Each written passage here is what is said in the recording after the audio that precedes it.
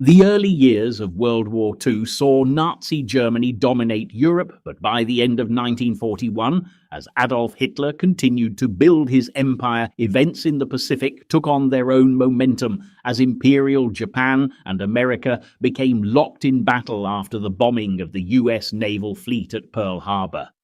As the smoke and flames rose from Pearl Harbour, America and its president, Franklin D. Roosevelt, could no longer remain on the sidelines of the war that had been waging in Europe for over 2 years. And on December the 7th, 1941, the hostilities were transformed into a global conflict.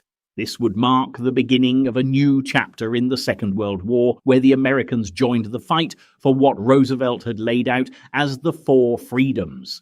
The first was freedom of speech, the second, freedom of religion and expression, the third, freedom from want, and last but by no means least, the fourth was freedom from fear.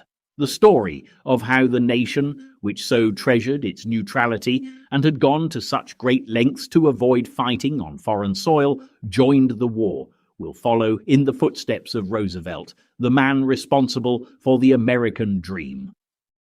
Born on January the 30th, 1882, in Hyde Park, New York, Franklin Delano Roosevelt was the son of James Roosevelt and Sarah Ann Delano, who both came from wealthy and well-established families of New York State.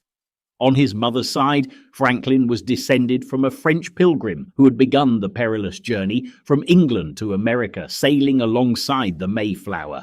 Delayed by problems en route, Philippe de Lannoy finally set foot on American soil in 1621. 2 decades later, Claus van Roosevelt, the ancestor of James Roosevelt, sailed from Holland to arrive in Nieuw Amsterdam, or New York, as it is known today. The Roosevelts were a powerful family, and Franklin lived a privileged life, studying at one of America's most highly regarded universities, Harvard. During his time there at the beginning of the 20th century, his 5th cousin, Theodore Roosevelt, was made President of the United States in 1901. He quickly became a hero and role model to the younger Roosevelt, who was inspired by Theodore's strong leadership. Soon after his cousin stepped into the White House, Franklin met Theodore's niece, Anna Eleanor Roosevelt, who he would eventually marry in 1905.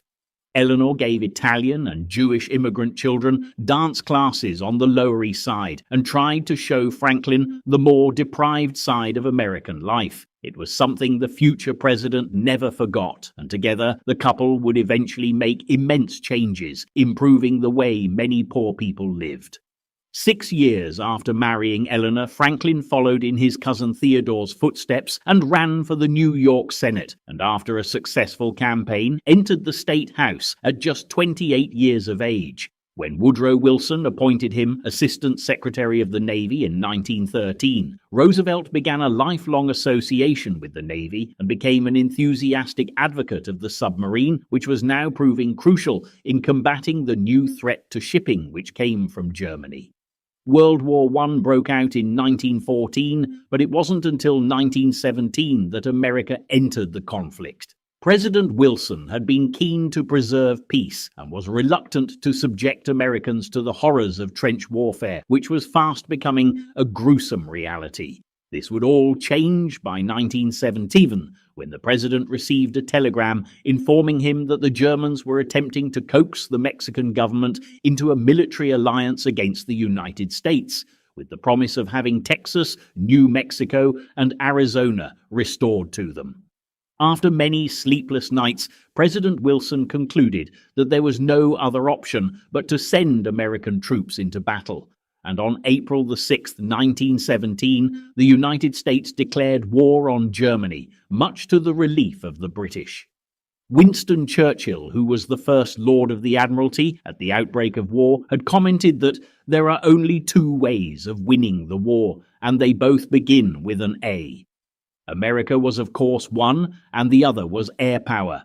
It would take a year for the United States to muster the strength and resources to take part in the action, but by the summer of 1918, thousands of American soldiers were being sent to France every day, and became vital in helping the Allies push the Germans off French soil and into a surrender. It was at this time that Roosevelt had the opportunity to visit the Western Front and Great Britain, and on July the 29th, 1918, the 36-year-old Roosevelt first met Winston Churchill, by then the Minister of Munitions, at a banquet in Gray's Inn in London.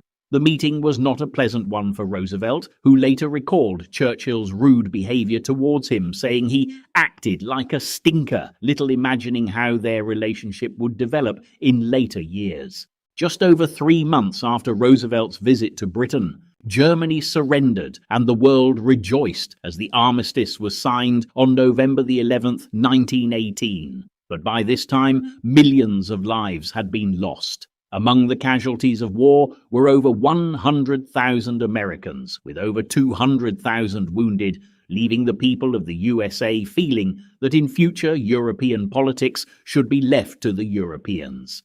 As the United States settled once more back into peacetime, Franklin D. Roosevelt now had a major battle to face on the domestic front. Eleanor, his wife, had discovered he was having an affair with his social secretary, Lucy Mercer, and by 1917 she had moved with their 5 children into a separate house in Hyde Park. They overcame the scandal, and as Lucy suspended her relationship with Franklin, Eleanor stayed a loyal and supportive wife throughout his career, going on to become a key figure in American politics herself. As the Roosevelts settled their differences, the post-war years saw a boom in American industry, and the roaring 20s made the country a glamorous and exciting place to be. With a thriving economy, many people could now afford luxuries such as radios and cars, and the world was tantalized by the incredible new addition to the American landscape, Hollywood. As new innovations in filming techniques made movies bigger and better than ever before, the country boasted a huge array of celebrities, and the public clamored to see the latest shows on Broadway and in the movie theaters, giving stars such as Rudolph Valentino iconic status. Of course, there was the bleaker side of life, with the prohibition of alcohol giving rise to gangsters and an underworld of crime, and many criminals became as famous as the stars that graced the silver screen. Despite the prosperity and economic wealth in America, the decade would prove a tough one for Roosevelt because, in 1921, he contracted polio while on holiday at Campobello Island with his family. He suddenly found he could no longer walk and dedicated the next 7 years to all kinds of therapies to help him fight the disability the condition left him struggling with. Eleanor was again forced to fight for her husband, as her mother-in-law, Sarah Delano, believed her son would now be an invalid for the rest of his days. But both Roosevelt and Eleanor refused to accept the paralysis as permanent, and fitting his hips and legs with iron braces, he taught himself to walk a short distance with the help of a cane or an aid. His determination was so strong that when he ran for public office in 1928, his supporters had no idea that the politician privately used a wheelchair. However, just as Roosevelt fought his way into office and was elected governor, the United States was on the verge of a sudden change in fortunes when the most devastating stock market crash in its history shook the nation to its very foundations. The Wall Street crash of October 1929 marked the beginning of an era of instability which would affect the rest of the world. Unemployment rocketed, millions became homeless, and as the Great Depression loomed at the end of the glittering 1920s, it had a powerful impact on Europe, not least Germany, a country already in economic turmoil after being ordered to pay huge sums of money in reparation to the victors after being held responsible for starting World War I. And it was against this dramatic historical backdrop that Roosevelt ran for President of the United States in 1932. And although America was not literally at war, Roosevelt confronted the economic challenges of the era as a military commander would his enemy. I pledge myself to a new deal for the American people. This is more than a political campaign. It is a call to arms. The New Deal was a series of schemes that sought to combat the economic crisis and inspired the American public all the way to the voting booths. In 1933, a triumphant Roosevelt stepped into the White House as president and began working towards providing relief to the poor, the reformation of the financial system, and helping economic recovery. He introduced the Social Security system, which still exists in the United States today, and did all he could to improve the desperate situation.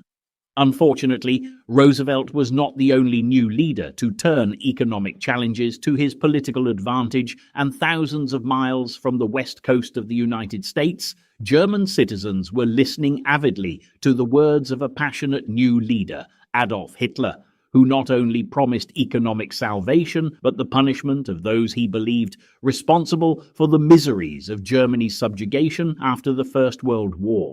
Unlike Roosevelt and his altruistic measures, Adolf Hitler primarily sought self-promotion and revenge. He blamed the Jews and the communists for the downfall of Germany and began rallying a force of belligerent and violent Nazis to fight for their extermination. At the time, these activities across the Atlantic in Europe went largely unnoticed by many Americans, but it wouldn't be long before they would find themselves facing the horrors of war along with the rest of the world. Even at this early stage, unrest was becoming more evident on a global scale, especially when the Italian dictator Mussolini occupied Abyssinia, modern-day Ethiopia, in 1935. A year later, when fighting in the Spanish Civil War was at its height, Congress was keen to assure the American public that they would not be dragged into an overseas conflict, which is why the Neutrality Act was passed. Also, unemployment dropped and the economy began to stabilize, and as a popular president, Roosevelt successfully campaigned for a second term in 1937. However, it wasn't too long before international conditions worsened yet further as the Japanese invaded China, and as the enemy soldiers approached Shanghai, American civilians began to leave the Chinese city in droves. Roosevelt sent reinforcements and aid to China, and on October 5, 1937, as the battles raged beyond the Pacific, he made a speech that was rather at odds with America's isolationist stance. The peace, the freedom, and the security of 90% of the world is being jeopardized by the remaining 10% who are threatening a breakdown of all international order and law. We are determined to keep out of war, yet we cannot insure ourselves against the disastrous effects of war and the dangers of involvement. The speech was far from neutral in tone and suggested that for Roosevelt, if a cause was worth fighting for, it would have his support. By 1938, as the European climate became increasingly unstable, the Nazis began to expand their territory, seizing Austria, the Rhineland, and Czechoslovakia with barely a hint of opposition from Britain or France, who were still recovering from the devastation of the First Great War, and were in a total quandary over what to do about Adolf Hitler. The main goal of the British Prime Minister, Neville Chamberlain, was to maintain peace in Europe at all costs, but as time went on, this seemed increasingly difficult to achieve. Unfortunately for Roosevelt, Chamberlain was also rather anti-American in his views, regarding people from the USA as brash and ill-mannered, and as Chamberlain declined several invitations to the White House, relations between the two nations slowly deteriorated. Ironically, Chamberlain was far more at ease talking to Adolf Hitler, and as he made his way to Germany to discuss appeasing the Führer, the first Nazi rally was broadcast to millions of Americans. The sound of the German leader shrieking to the regimented Nazi faithful, who responded with thunderous cries of "Sieg Heil," was extremely alarming, and Roosevelt believed war was imminent. Only 2 months later, even more shocking revelations would reach America when reports of the imprisonment and murder of countless Jews during the Kristallnacht, the night of the broken glass in November 1938, were made public. Many were outraged, and Roosevelt made a public statement saying, "The news of the past few days from Germany has shocked public opinion in the United States. I could scarcely believe such things could occur in the 20th century."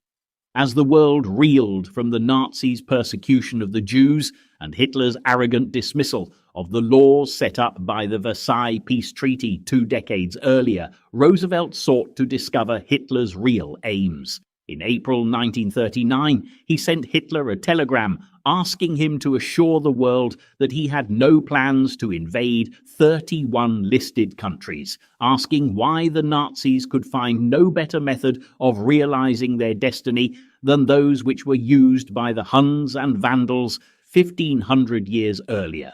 A copy was also sent to Mussolini, and the message was broadcast to the people of America as Roosevelt hoped he could sway public opinion in favor of intervention.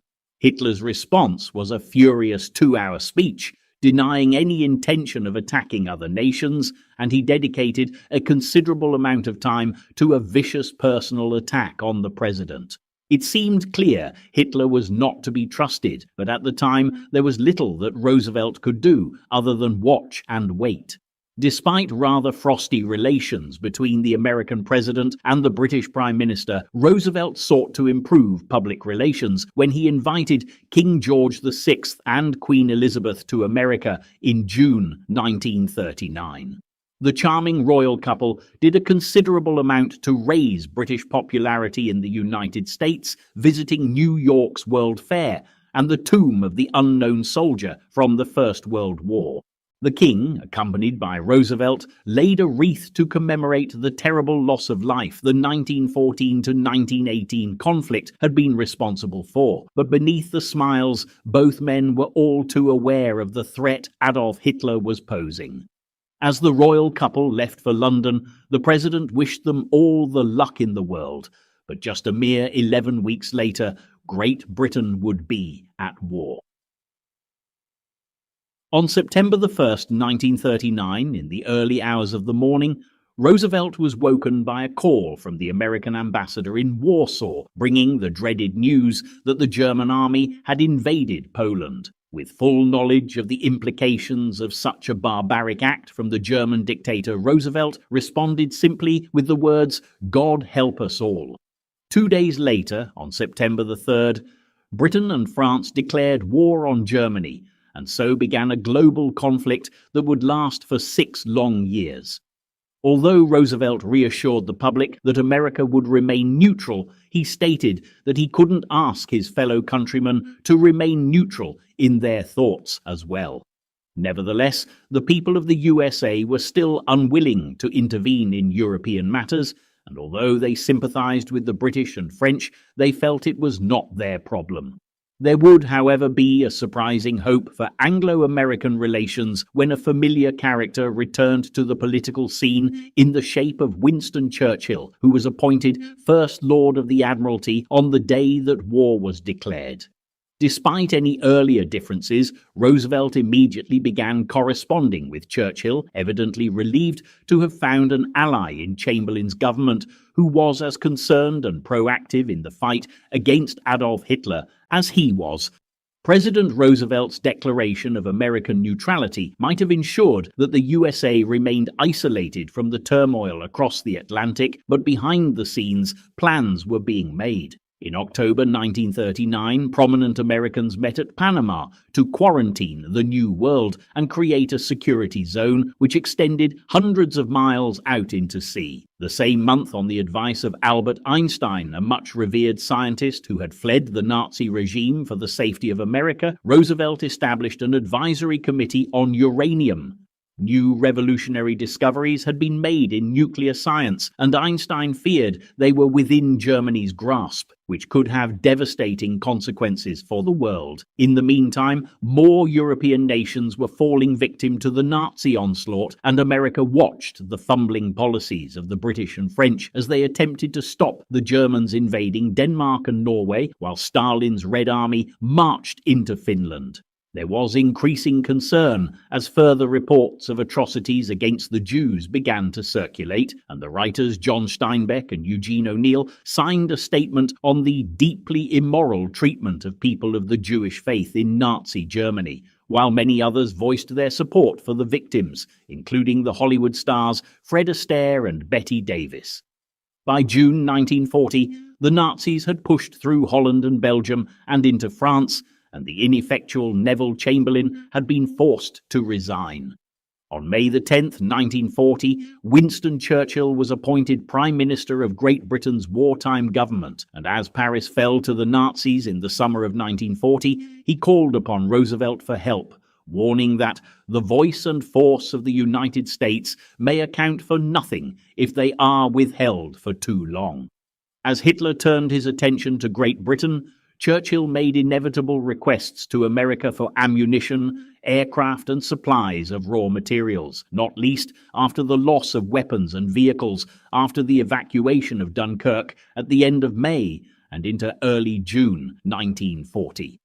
Although Roosevelt supplied the British Prime Minister with what he asked for, he still doubted whether even Winston Churchill's stirring speeches could rally the nation to withstand Hitler's Nazi war machine.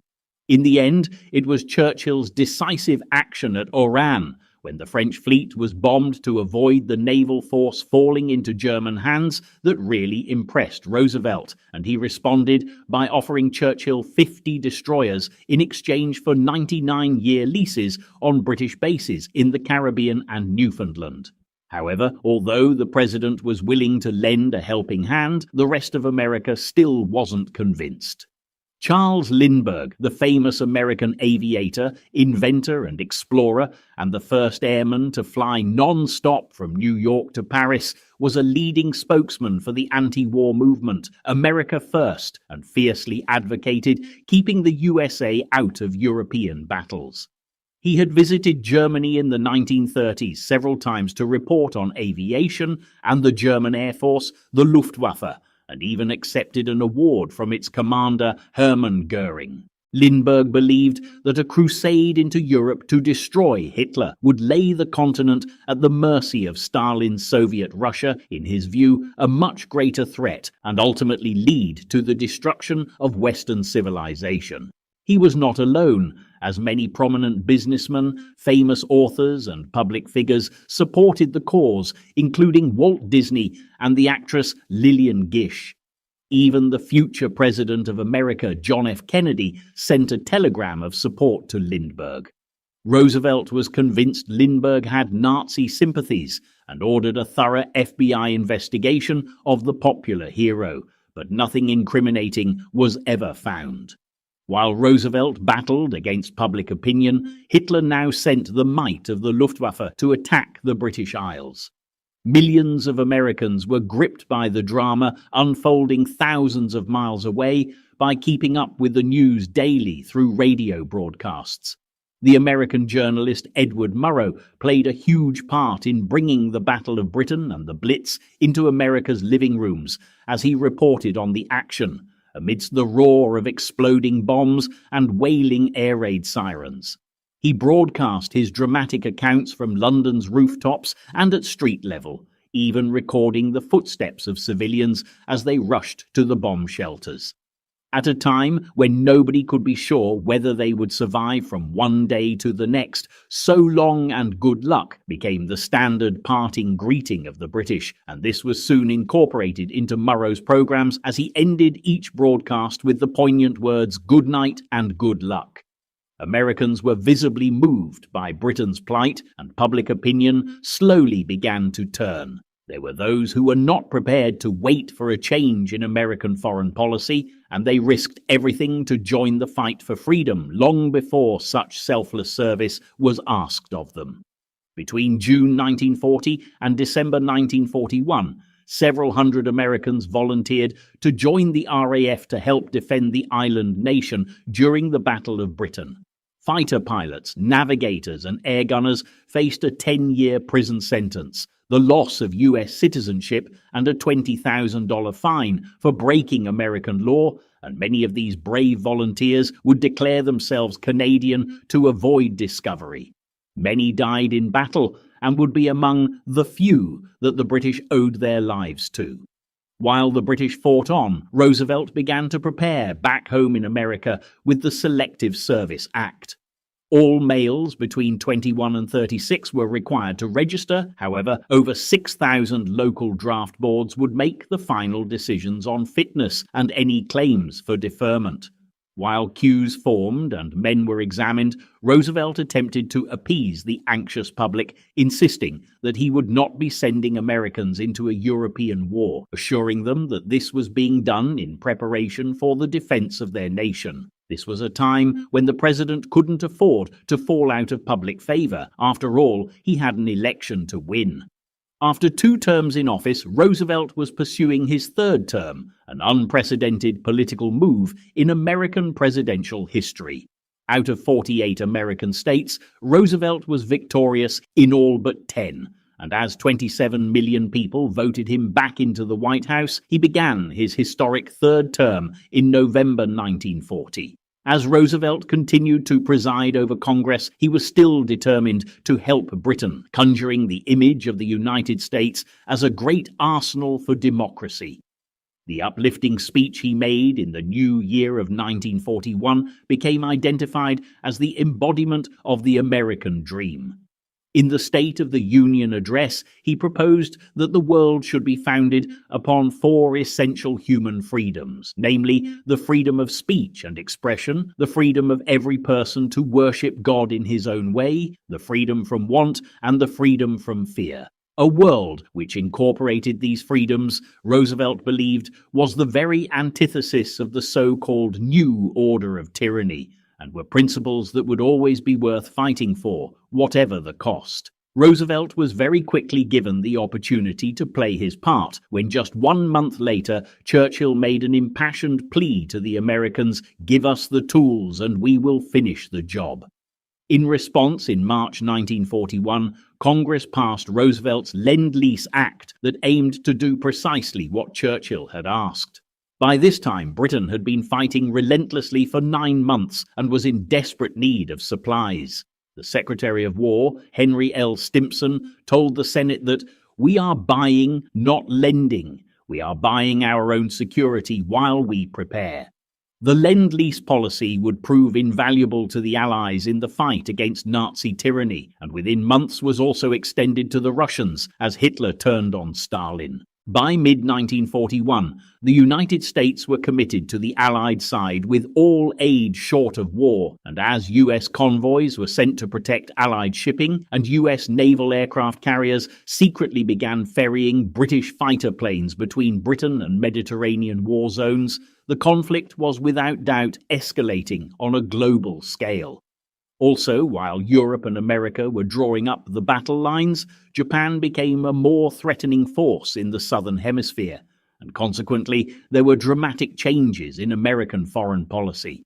As the Japanese invaded French Indochina, the route for US aid to China was in danger of being cut off, and American land deep into the Pacific was being surrounded. The collection of islands known as the Philippines had been part of American territory since the defeat of the Spanish at the end of the 19th century. A historical meeting between Roosevelt and the newly appointed President Manuel Quezon had established a new Filipino government in 1935, which would claim independence by 1945.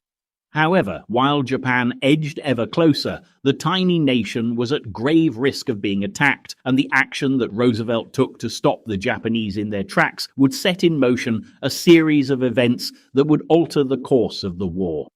In July 1941, Roosevelt ordered that all Japanese assets in the USA be frozen, a policy that was soon followed by Britain and the Netherlands, making it virtually impossible for them to buy oil, an essential raw material for their expansionist policies. Purchases from America made up 95% of the oil essential to the growth and maintenance of the Japanese Empire, and not surprisingly, the news was greeted with horror in the East, and a further meeting between Roosevelt and Churchill alarmed them even further. On August 14, 1941, the two great leaders of the Allied forces would finally come together face to face, with any differences between them from the past very definitely put aside.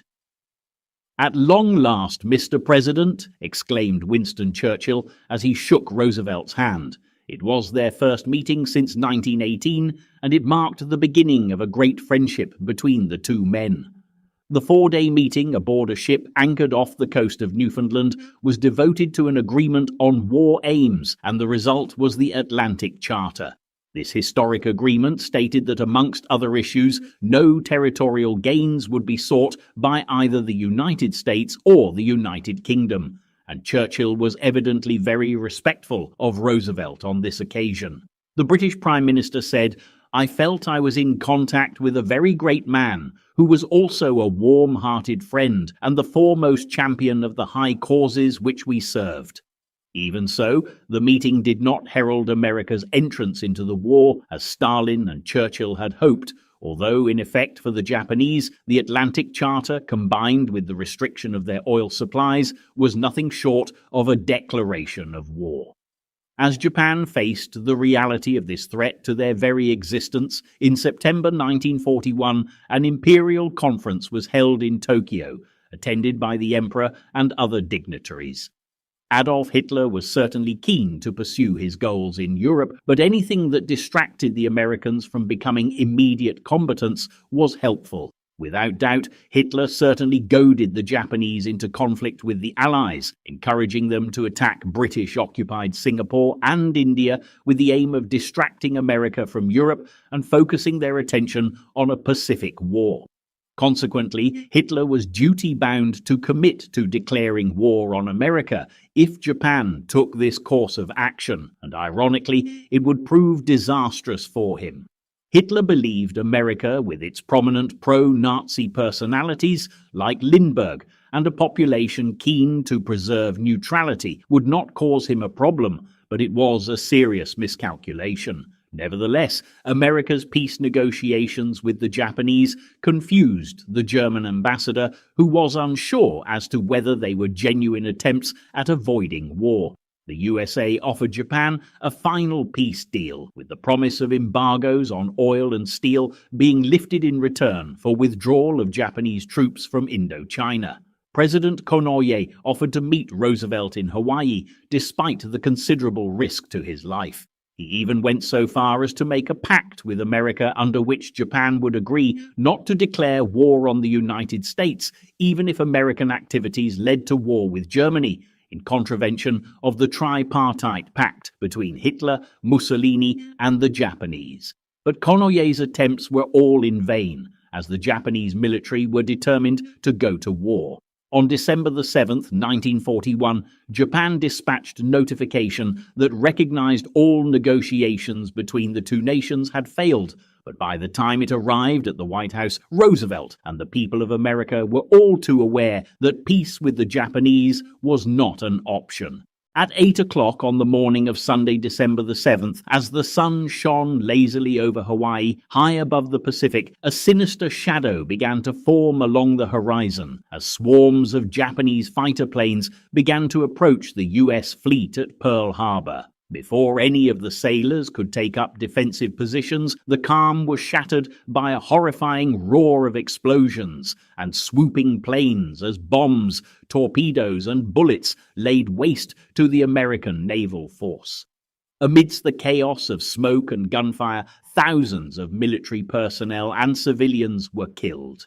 Roosevelt could finally lead the Americans into the war, and there has been speculation since that the attack was not altogether a surprise for the president when news of the carnage reached him. By the next morning in Washington, thousands had gathered outside the White House waiting for the reaction of Roosevelt to the terrible attack. The president's words would go down in history, as did the event itself, and he didn't disappoint the Allies, rallying his arsenal of democracy to take up arms against the empire of the rising sun.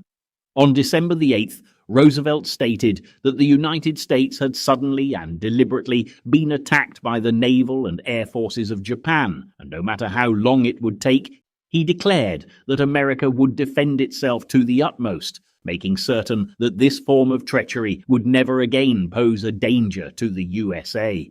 Roosevelt's bitterest opponents were now in favor of fighting, and the nation, which had carefully nursed its neutrality for so many years, stood united behind the president as America entered the Second World War. Yet even as Roosevelt spoke, thousands of miles away, the Philippines suddenly came under attack from the Japanese, and it fell to Field Marshal Douglas MacArthur to lead American and Filipino soldiers who fought side by side to defend these strategically important islands. Allied with Japan, the Axis Pact now drove Germany and Italy to declare themselves at war with America on December the 11th, and as the USA stood up to be counted on the Allies' side, Churchill was eager to visit Roosevelt to discuss war strategies.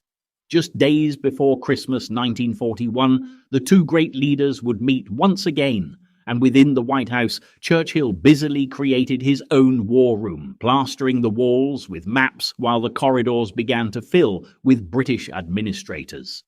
During the Arcadia Conference, Roosevelt and Churchill carefully planned their next moves, which included an informal alliance between the USA, Great Britain, China, and the Soviet Union.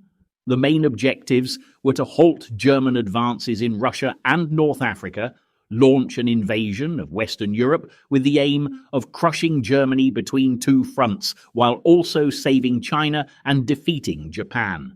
Christmas Eve 1941 would be the only occasion that Roosevelt and Churchill would speak from the same platform, united in their desire to fight for a free and decent world, and to remember the sons and brothers who serve in our armed forces on land and sea, near and far, those who serve for us and endure for us. Fine sentiments indeed, but in the Pacific the fight was relentless. Hong Kong surrendered to the Japanese on Christmas Day, quickly followed by Manila, the capital of the Philippines, although bitter fighting continued over the next 4 months. The Japanese also began to approach Malaya and the Dutch East Indies at alarming speed. Nevertheless, for Winston Churchill and the British, the entry of the USA into the fray was very positive. As early as January 1942, American soldiers began to arrive in Britain, and this number would increase dramatically over the following years. The American GIs had quite an impact on British life as they arrived bearing gifts for the ladies, most notably stockings, and the disgruntled men of the United Kingdom soon began to describe them as oversexed, overpaid, and over here. However, the Americans had a witty response at the expense of the notoriously maverick British commander Bernard Montgomery, describing the Tommies as undersexed, underpaid, and undermonty. Although many American soldiers were arriving in Britain, the vast majority at this stage were being sent to the Pacific to combat the constant onslaught from Japan. Early in 1942, the Japanese began bombing Singapore, one of the most important commercial and military centers in the British Empire. On February the 8th, 23,000 Japanese soldiers attacked the island, and to the horror of Winston Churchill, Singapore had fallen by February the 15th, and the Prime Minister described this tragedy as Britain's greatest defeat. In the Pacific, the American General Dwight D. Eisenhower was doing all he could to get aid to the struggling Philippines, but to no avail. The presidential palace in Manila was occupied, and with 80,000 prisoners of war captured by the Japanese, horrifying accounts of the appalling treatment they received at the hands of their captors soon reached the United States. The Filipino and American soldiers were made to walk 105 kilometers to a prison camp in the north, a trek that has gone down in history as the Bataan Death March. They estimated that about 10,000 Filipinos and 1,200 Americans died before reaching their destination from hunger, thirst, and torture along the way. And there was outrage back in America as the press reported news of the atrocity. Within months, the Japanese had control of Burma, Malaya, Thailand, French Indochina, and the Malay archipelago. The president of the Philippines and his cabinet fled to set up a government in exile in Washington. While the conflict unfolded in the Pacific, Eisenhower was appointed head of the European Theatre of Operations, and his first task was to put Operation Torch into action. Devised by Roosevelt and Churchill, the plan was to occupy French North Africa, from where attacks could be mounted to drive Italy out of the war. From his headquarters in Gibraltar, Eisenhower directed Operation Torch, with attacks on Algeria, Morocco, and Tunisia, which would be the first combined combat operation during World War II, involving American and British forces. It was also where Eisenhower would meet General Bernard Montgomery, known fondly to his men as Monty. By February 1943, Eisenhower had been made responsible for the British Eighth Army under the command of General Montgomery, and it became clear that tensions not only existed between British and American soldiers, but also at the highest levels. Montgomery exasperated the Americans with his tendency to ignore agreed strategies that didn't suit him, which resulted in him clashing with the US generals George Patton and Omar Bradley. Although General Bradley was polite and courteous, General Patton had a reputation for being equally as difficult as Montgomery, and even his men would refer to Patton by the nickname Old Blood and Guts. In fact, on one occasion, it fell to the level-headed Eisenhower to save the more volatile General Patton's career. While visiting injured American soldiers in hospital to commend the wounded, Patton shocked all who were present by slapping two young privates and accusing them of cowardice. Although their wounds weren't visible, the men were actually suffering from shell shock, what we would recognize today as post-traumatic stress, and when news of the attack was reported, many believed that the general should resign.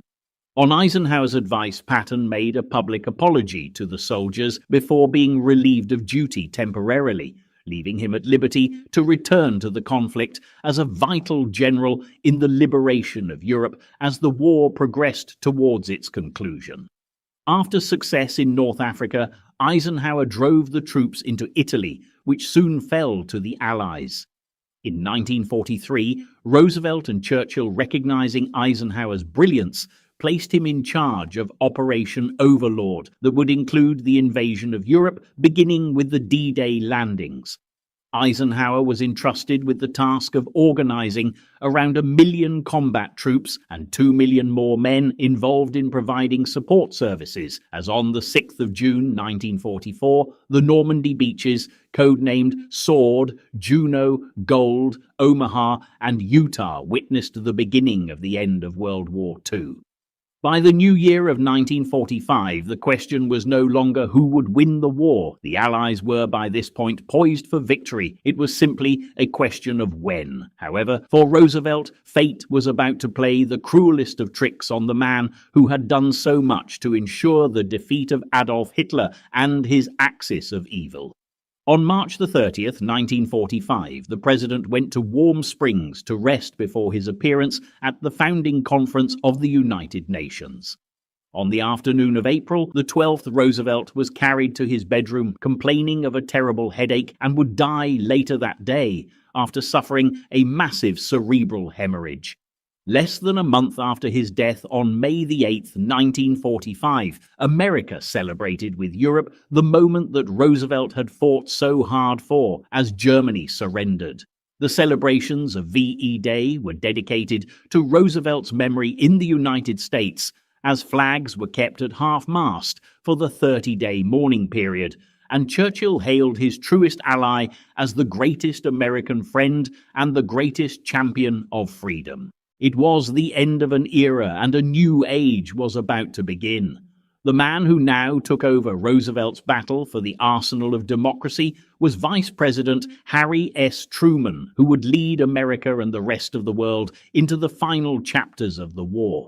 When the conflict in the Pacific finally came to an end in August 1945 with the atomic bombings of the Japanese cities of Hiroshima and Nagasaki, the West celebrated peace, but the destruction waged on the East heralded a new chapter in modern warfare, as the most terrible weapon history had ever seen finally brought the Japanese Empire to its knees.